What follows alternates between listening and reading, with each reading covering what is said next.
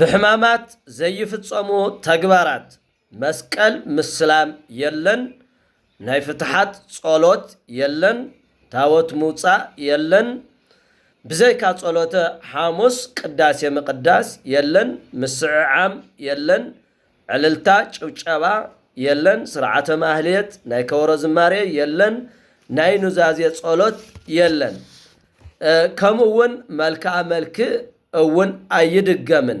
ذكري كبر بقال دقس ون ايدغسن الكون مطط وزته اي ستين ركاوي سغاون اي فصمن ክርስትና مخستان ون يلن ስለዚህ ለምን ተአዩ እንተልና ጸሎተ ፍትሐት ዘይፍትሐሉ ምኽንያት ኣብ ዘመን ኦሪት ኮይና ኢና ነዝክሮ ዘለና ማለት ምኽንያቱ 5500 ዘመን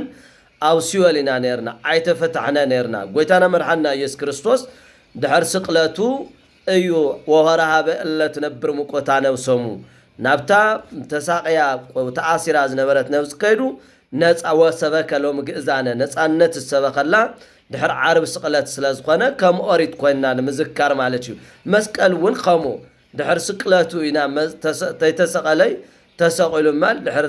ተይተሰቀለይ ምስላም ስለዝኾነና ማለት እዩ እንደገና ሰላም በሃል ደሞ ለምንታይ ዘይፍቀርተልና ናይ ይሁዳ ሰላምታ ከይኸውን ይሁዳ ንኢየሱስ ክርስቶስ በሰምኑ ታገበለ ወልደው ጋለማ እቲ ሰላም ዝወልኽዎ ንኡ ሓዝዎ ወለቱ አሐዝዎ ንኡ ሓዝዎ ስለልበለ ናይ ይሁዳ ሰላምታ ከይኾነና ምስ ይሁዳ ከይን መሳሰል ምንታን ሰላምታ ሰላም ምስዓም አይፍቀድ መልካ መልክ ድማ ከምቲ ኣብ ጸሎተ ሃይማኖት ኣብትናይ ግብረ ሕማማት ታይብል ሃመካ ዝወለ ጦጦ አቢሉ ለምንታይ ዓርብ ስቅለት ካልበጽሕ ገና ይተሰቀለን ማለት እዩ ስለዚህ ቦ ምኽንያት ገና ከይተቀበረ ገና ከይተሰሰ ለትንሳኤከ ለመቃብርከ ላበና ምጽላይ ዝልዋዕሉ አይፍቀድን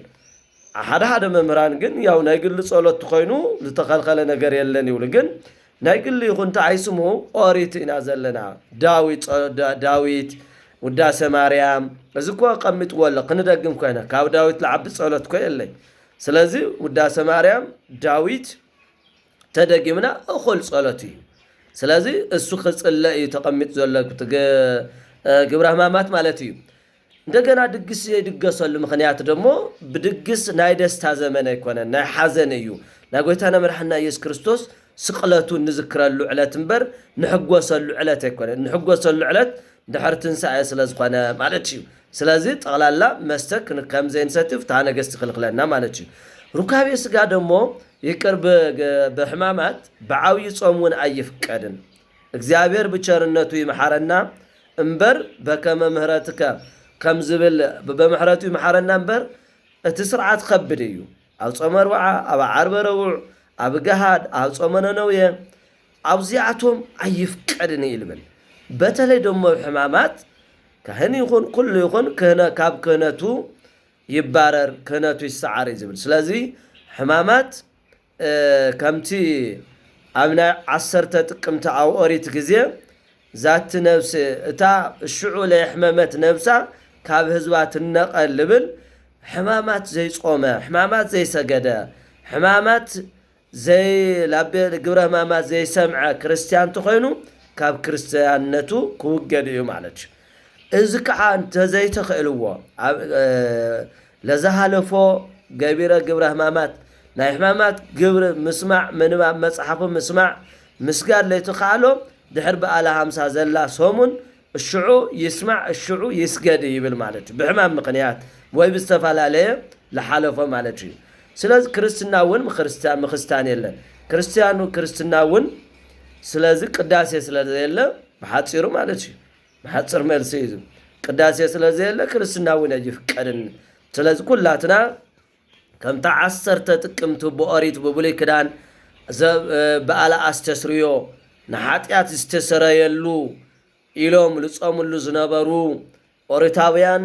ሐዲሳውያን ደሞ በተለይ ዓርብ ስቅለት ኣብዚ ሶመን እዚ ከመአን ንጾመላ ሰዓትን ንሰግደላ ዕለትን ስለዝኾነት ዘይጾመ ዘይሰገደ ዘይጸለየ ብዝተኻሎ ለኻለ